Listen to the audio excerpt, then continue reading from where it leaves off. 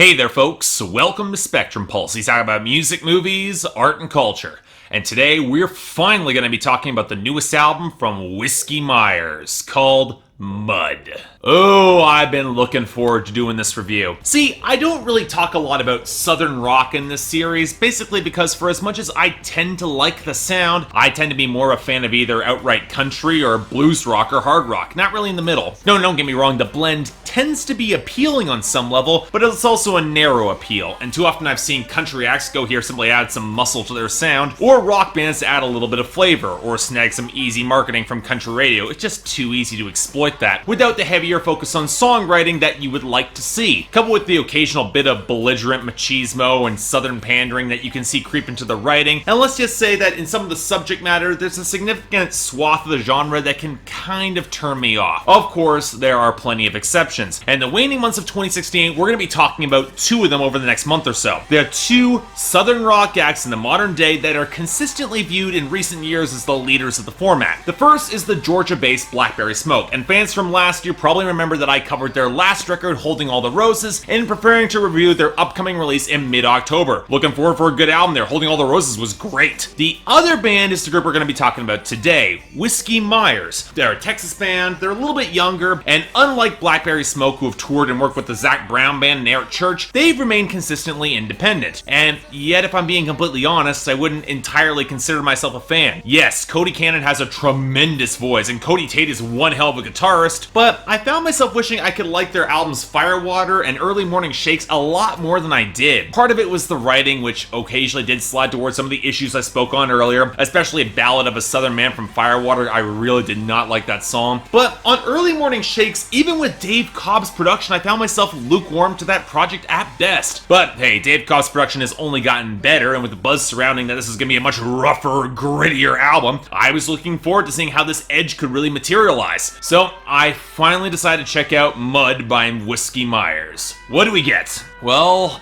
honestly, I hate to say it, but I'm kind of lukewarm on this project too. Look, maybe Whiskey Myers just isn't for me, but with listen after so many listens, I'm convinced that there's a part of me that should like these guys, and yet with every single listen, the problems are all the more glaring, to the point where I would have no clue where I would place it within the rest of their discography. It's not a bad or disagreeable listen on the surface. If you like southern rock, particularly on the rougher side, you will probably like a lot of this, but Mud should be a lot better, and I'm genuinely frustrated that it isn't. And the place we need to start is the production and instrumentation, where you could easily make the argument this is their most dense and eclectic production to date. The backing female soul singers are all the more prevalent and matching Cody Cannon. The guitar tones are nastier, damn near sludge on tracks like Frogman or Mud. The fiddles are a lot more ragged on songs like Hank and On the River, and even the piano seems to have picked up a hint of a rougher pickup on Stone or the album standout Trailer We Call Home. And when you factor in the strong melodic grooves that Cody Tate's guitars bring in, there's a solid bounce in Deep Down in the South and a pretty good mid-tempo flow to Some of Your Love. You've got all the ingredients here of a solid southern rock project. The problem is in the mixing and the production, where just like on Early Morning Shakes, it appears that Dave Cobb has really stumbled. And believe me, I'm as stunned as anyone, if not more. This guy has been slamming them out of the park for nearly 3 years now, but his take on Whiskey Myers' louder, rougher brand of southern rock is not clicking with me whatsoever, and it's entirely an issue of foundation. I have no idea if the bass drum or bass guitar were inadequately mic'd or if this was a problem that came up in post, but for as good as the melodic grooves are in the mid-range, they would be significantly stronger and have more presence if the bass could come through and add some real meat to these songs. At least the tracks that should be scuzzier and thicker and rougher feel like they're lacking heft to really distinguish the melodic textures, which instead get caught up competing with each other in an overloaded mid-range. And when you consider how much of the pickups are going for more of a live feel, especially in the vocals, without a defining line to anchor this mix, it can feel sloppy in a way that doesn't reflect the composition at all. These are well put together songs, and it's not even an issue of being over mixed. They bring in horns on Lightning, Bugs, and Rain, and they name check the Muscle Shoals sound because of course they did, and they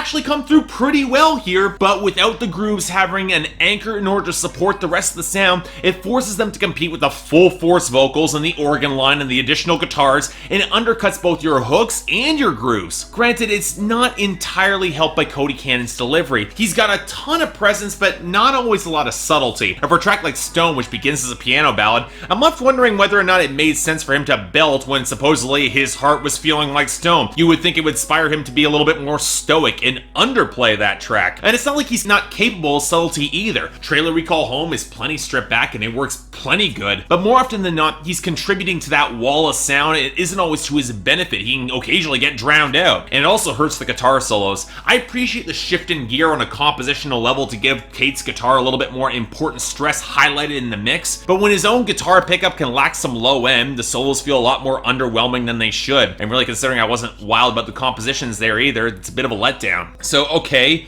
What about the writing? It's not always held to the usual high standards in Southern rock compared to country, but does it at least help here? Well, yes and no. Mostly because, for as skilled as they are in injecting detail to flesh out the picture, the stories themselves, the underlying ideas behind these songs don't often rise above cliche. Both Stone and Hank fall into traditional touring song territory, both kind of antisocial as you would expect in Southern rock, and the latter pretty braggadocious, which of course comes through with the album's weakest song, Deep Down in the South, which is the sort of Southern pandering anthem that Whiskey Myers could write in their sleep. Then there are the love songs Lightning, Bugs, and Rain and Some of Your Love, both of which feel kind of thin compared to Trailer Recall Home, which shows a relationship for a couple struggling to get by on the very edges of poverty with the sort of detail that feels heartbreakingly real. You buy into the love shown there. Now that reality also works pretty well for Frogman, speaking from the perspective of a Marine deployed in the Middle East who'd rather be home fishing. And the grime of that song fits the world-weary writing that's devoid of any politics, which I really liked. Hell, the most political content comes through on the title track with its southern isolationist streak, but even then, I'm kind of inclined to give it a pass because it's actually willing to get a little bit bloody in its tale of a desperate man trying to hold on to his family land against its creditors. It's a nasty sort of song,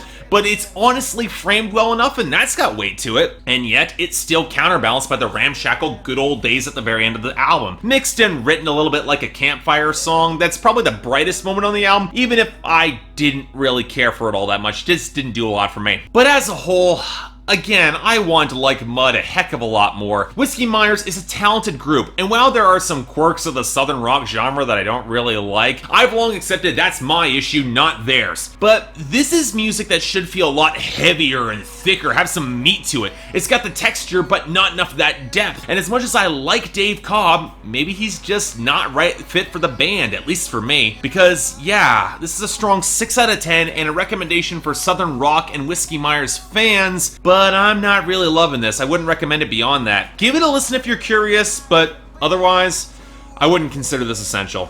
Just saying. So yeah, thanks a lot for watching. Like to like and subscribe, I'd be more than grateful. I got the poll up here, so I can imagine this might be a bit of a contentious opinion, especially around some southern rock fans, but hey, I wanted to like this, but it just was not coming through for me. Hope Blackberry Smoke do better.